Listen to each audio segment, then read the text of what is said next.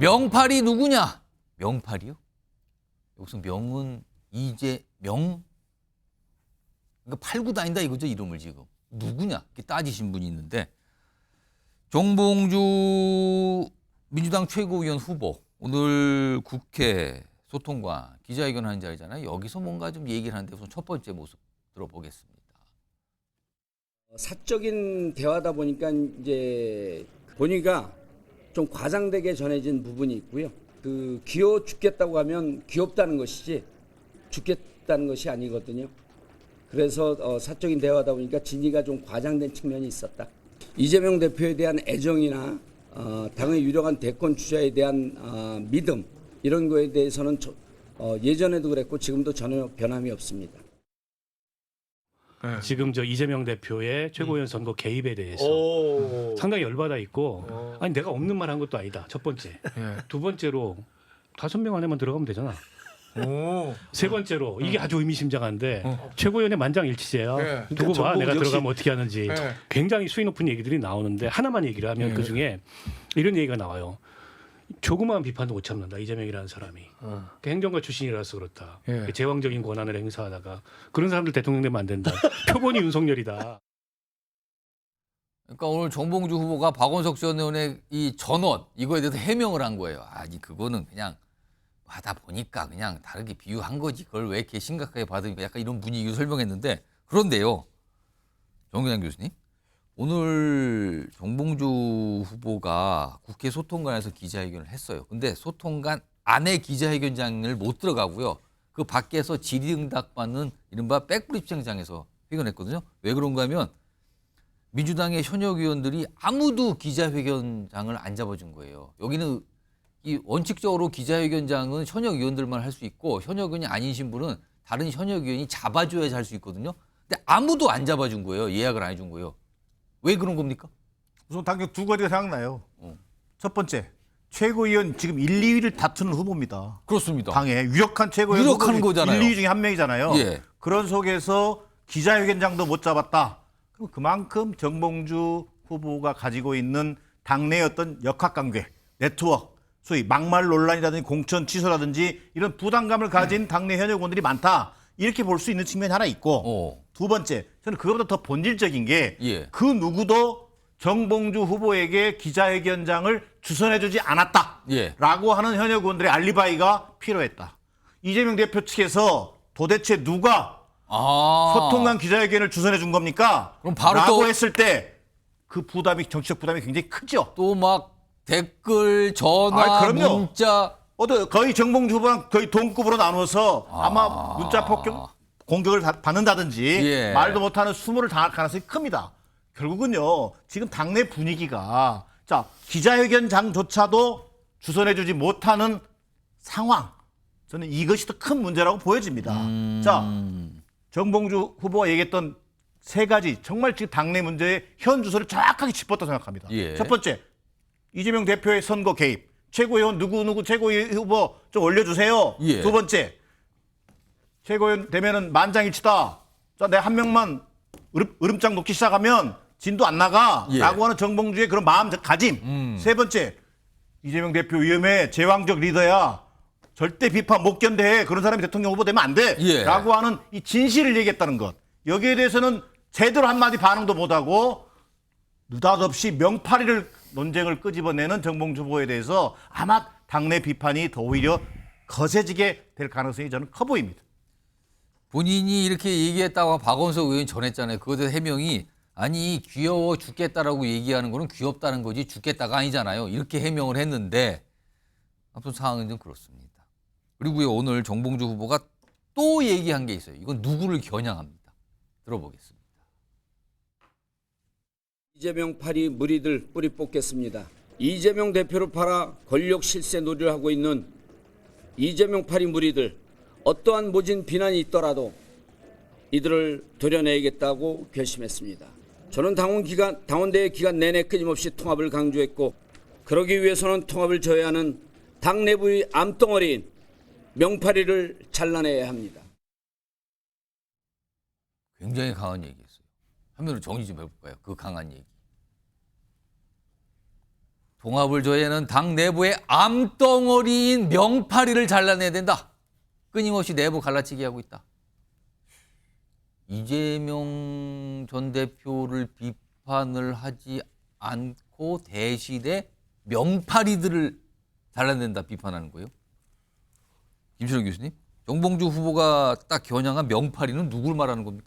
일단은 뭐 최고위원 선거를 하고 있으니까요. 원래 그냥 내버려 두면 정봉주 후보가 1위를 달리고 있었거든요. 초기에는 1등으로 올라갔었잖아요. 근데 이제 보이지 않는 손이 선거에 개입하고 보이지 않는 손입니까? 보이는 손입니까? 뭐 반공개적인 이제 뭐 선거 개입이 되고 있는 상황인데 이재명 대표의 아마 그런 부분과 그리고 일부 후보들이 지금 명파리를 하고 있거든요. 예. 그러다 보니까 아마 순서가 뒤바뀌게 되면 본인이 3위로 내몰리게 되면 주저앉게 되면 결국은 1, 2위 한 후보들이 결국 명파리한 후보로 지금 정봉주 후보가 현재까지는 지금 누적된 표는 2위인가요? 2위인데 이제 지금 3위로 2위가 지금 올라가신 분이 김민석 의원인데 거기가 지금 명파리인 겁니까? 그래서 그럼? 아무래도 반공개적으로 지금 이재명 대표가 밀고 있는 상황이니까요. 사실 이재명 대표 입장에서 볼 때는 본인이 연임에서 대표가 됐을 때 왼쪽에 박찬대 원내대표, 오른쪽에 이 김민석 수석 최고위원이 그림이 났지. 이 자리에 정봉주 최고위원이 수석으로 하고 앉아 있는 것은 본인이 원치 않아서 가능성도 높거든요. 근데 저는 이 부분에서 보면 왜 지금 정봉주 후보가 명파리를 들고 나온다 이 부분이 참 재밌는 거거든요. 왜냐 분명히 이제 박원석 전 의원하고 사이에서 이재명 대표는 대통령이 못 된다. 그 뒷담화를 한 부분인데 예. 그 뒷담화에 대한 이야기는 과장되고 왜곡됐다라고 얘기를 하면서 예. 오히려 최고위원 선거에서 지금 명파리를 하고 있는 후보로 오히려 본인이 한 번 남은 지금 최고위원 선거 전략으로 그걸 치환을 시켰거든요. 예. 그래서 굉장히 조금 정치적으로 영민하다. 어쨌든 이재명 대표에 대한 뒷담화 이야기는 그냥 왜곡되고 과장된 걸로 그냥 넘어가 버리고 아무것도 아닌 것처럼 넘어가면서 오히려 명파리를 하고 있는 그 최고위원 후보를 겨냥해서 당원 표심을 지금 겨냥하고 있는 그런 선거 전략을 내세웠거든요. 그래서 상당히 조금 정치적으로 영민하다. 단지 이제 정봉주 후보 입장에서 볼 때는 항상 면정복배한 입장이거든요. 이재명 대표에 대한 애정을 드러내면서도 언제든 이재명 대표와 사법 리스크에 몰려 어떤 정책 코너에 몰리게 되면 언제든지 물어들을 수 있는 분이기 때문에 항상 보면서 느끼는 게 참 가늘고 길게 좀 생명이 긴 정치를 하신다 이런 생각이 듭니다. 그러면은 다음 화면으로는 지금 최고위원 후보들 경쟁 상황이 어떤지 그러니까 누적 득표율이에요. 지금 서울만 남았어요. 당원 온라인 투표 서울만 남았고 이제 대의원 투표 뭐 AR 투표 합해서 이제 18일 날 공개가 되는데 물론 여론조사까지 들어갑니다. 일단 지금까지 상황의 순위예요. 지금까지 순위. 1위가 김민석 후보고 2위가 정봉주 후보, 3위가 김병주 후보. 김민석 후보가 좀 앞서가고 있죠. 사실은 이게 역전된 상황이거든요, 지금. 근데 2위, 3위 보면은 차이가 이제 좁혀지고 있는 것 같잖아요. 그렇다면 정봉주 후보가 약간 위협을 받고 있고 지금 한준호 후보 역시 명심을 얻고 있다고 평가받는데 막 따라오고 있어요, 지금 4위까지. 이런 상황이에요, 지금요. 그렇다면 뭔가 정봉주 후보가 끼어 있는 상황인 것 같은데 지금 저 순위상으로는. 박용훈 부의장. 지금 2위 당선도 약간 어떻게 될지 모르겠어요. 최종 성적 정봉주 후보 어떻게 될 거로 전망하십니까? 저는 3위 내지 4위 정도로 좀 떨어질 거라고 생각을 하고요. 그러면은 최고위원은 되는 거잖아요. 그렇죠. 최고위원 당선은 될 가능성이 높아 되는데 보입니다. 순위가 더 내려갈 것 같다. 네네. 어쨌든 저는 그렇게 생각해요. 대의원 투표가 아직 남았거든요. 대의원 투표가 남아 있는데 대의원분들이 굉장히 정무적으로 고관여층인 상태이고 정봉주 전 의원은 통제가 안 되고 관리가 안 되는 마치 럭비공 같은 정치인이라고 예. 우리 당원들도 많이 표현을 하고 계세요. 혹시 저 박용훈 부의장도 정봉주 후보와 대화 좀 많이 해보셨습니까? 저는 사석에서 예. 이렇게 방송하기 전에 몇 번 마주친 적이 있는데 뭐라고 얘기합니까? 정봉주 의원은 저는 예. 그렇게 생각해요. 오늘 명파리 말씀하시는데 가장 명파리를 많이 하신 분은 누굴까? 저는 바로 정봉주 전 의원 후보라고 생각하고 아니 정말 명파리가 누군지 밝히지 못하면 그런 말을 하면 안 되죠. 본인도 이재명 대표 등에 업고 선거에 출마했으면서 예. 누가 누가를 비판합니까? 저는 그 뒷담화 내용이 진실 규명에 들어가야 된다고 보고 저는 그 말이 틀리지 않았다고 생각해요, 솔직히. 과장된 것도 아니고 정봉주의 진심이 사심이 어떤 사석에서 나온 거다 그렇게 판단하고 있습니다. 오늘 이 기자회견을 갖고 여러 가지 물론 기자회견도 이제 그 기자회견장 아니라 밖에서 하는 우여곡절이 있었는데 뭐 본인이 하고 싶은 얘기를 한 거예요. 이거에 대한 반응들이 좀 나왔다 그러는데 화면으로 정리해 볼까요? 김지우 전 부대변인은 이재명 대표 측근 아닙니까? 발끈 제가 이재명 대표님 팔이 제일 많이 한 정치인입니다. 그러니까 본인이 명팔이라고 발끈했다 이렇게 또 하네요. 다른 반응도 있으면 좀 보겠습니다. 여기 보시면 이게 뭐라고 쓴 겁니까? 여기 보면 정봉주 그분은 이재명 대표님과 민주당에 도움 안 될 것 같아요. 그다음에 중간쯤 볼까요? 잼파리들은 암덩어리와 같으니 민주당을 혁신하겠다고 했어요. 이 잼을 도와줄 최고위원 뽑는 선거 중인데 저런 워딩이 적절했을까요? 안 돼요라고 마지막에 있네요. 약간 비판적 입장을 내신 분의 글들이 올라와 있다는 건데. 정혁진 변호사? 네네. 이러다가 혹시 이거 최고위원 뭐 순위가 내려가는 게 아니라 탈락할 가능성도 혹시 있다고 보십니까? 저는 그럴 수도 있을 것 같아요. 얼마나 반응이 저렇게 나오고 있는데. 네네. 왜냐하면 지금 명팔이 비난한 게 그게 중요한 게 아니란 말이에요. 예. 명팔이 비난하는 것도 기분 나쁘겠지만 그거보다 훨씬 더 중요한 건 뭐냐면은 최고위원회 만장일치제인데 내가 4등이든 5등이든 들어가기만 해봐라. 어떻게 할지 한번 두고 봐라 이 이야기 아니겠습니까? 그다음 심지어 뭐라고 이야기했냐면 저는 박원석 전 의원이 왜 이런 말을 했는지 모르겠는데 이걸 흘렸는지 모르겠는데 정봉주 전 의원이 뭐라고 이야기했느냐. 이재명 같은 사람은 대통령 되면 안 돼 이렇게 이야기했다면서요. 그 얘기를 박원석 전 의원이 본인이 그렇게 얘기가 들었다고 또 얘기를 전달을 한 거란 말이에요. 이거는 영린을 건드린 거거든요. 왜냐하면 만약에 이재명 대표가 대통령 안 되면요. 예. 이재명 대표는 사법 리스크를 극복해낼 수가 없습니다. 어. 그러니까 이걸 갖다가 누구보다도 잘 아는 사람이 정봉주 변호사가요. 정봉주 후보가 정봉주 변호사라고 갑자기 왜 또 후보래- 후보. 예, 후보가 예. 본인이 변호사라고 그랬어요. 아. 무슨 변호사냐? 만주 변호사라고 그랬어요. 그만큼 잘 안다는 이야기거든요. 그런데 만주 변호사 정봉주가 이재명 같은 사람이 대통령 되면 안 된다라고 이야기하는 거는 이재명 대표가 어떻게 된다라고 한지를 잘 안다는 이야기거든요. 만주 변호사는 무슨 뜻입니까? 아니 그러니까 그냥 사이비 변호사라는 이야기죠. 그러니까 깜빵 막 들락날락 해가지고 법적인 걸 잘 아는 변호사가 그게 만주 변호사라고 하는데 법적인 내용을 잘 안다. 그래서 정청래 의원도 스스로 만주 변호사라고 했고 박지원 의원도 스스로 만주 변호사라고 했는데 그런 말을 많이 쓰는 표현입니까? 정봉주 후보도 자꾸 변호사라고 하는데 만주 변호사라고 그랬단 말이에요. 제가 이거 다 확인이 되는 겁니다. 예. 시기가 미묘해요. 내일 그 중요한 국무회의도 있지만 내일부터 이재명 대표 재판이 재개됩니다. 이제 법정 그 휴정기가 이제 지나가가지고 그런데 내일 더 중요한 게 있어요. 그게 뭐냐면 김혜경 씨 판결 내일 선고거든요. 그 다음에 좀 있으면 9월, 10월에 이재명 대표 공직선거법 위증교사 판결 쫙쫙쫙 나오기 시작할 텐데 그런데 그 시기를 바로 앞두고 정봉주 후보가 이재명 같은 사람 뭐가 되면 안 된다 이런 식으로 이야기를 한 것이니까 과연 이런 부분들이 지금과 같은 민주당 상황에서 과연 용납될 수 있을 것인지 많은 사람들이 굉장히 흥미롭게 지켜보고 있다 이렇게 생각할 수 있을 것 같습니다. 요거요, 정기란 교수님. 만약에 정봉주 후보가 뭐 순위가 어떻든 아무튼 최고위원회 당선이 돼서 지도부에 들어갑니다. 그럼 지금으로 봐서는 이재명 전 대표가 뭐 당선되는 건 거의 뭐 사실상 확정이라고 그러잖아요. 그러면은 최고위원 회의에 같이 앉아서 얘기를 할 거 아닙니까? 근데 본인이 박원석 의원이 전원이 있어요.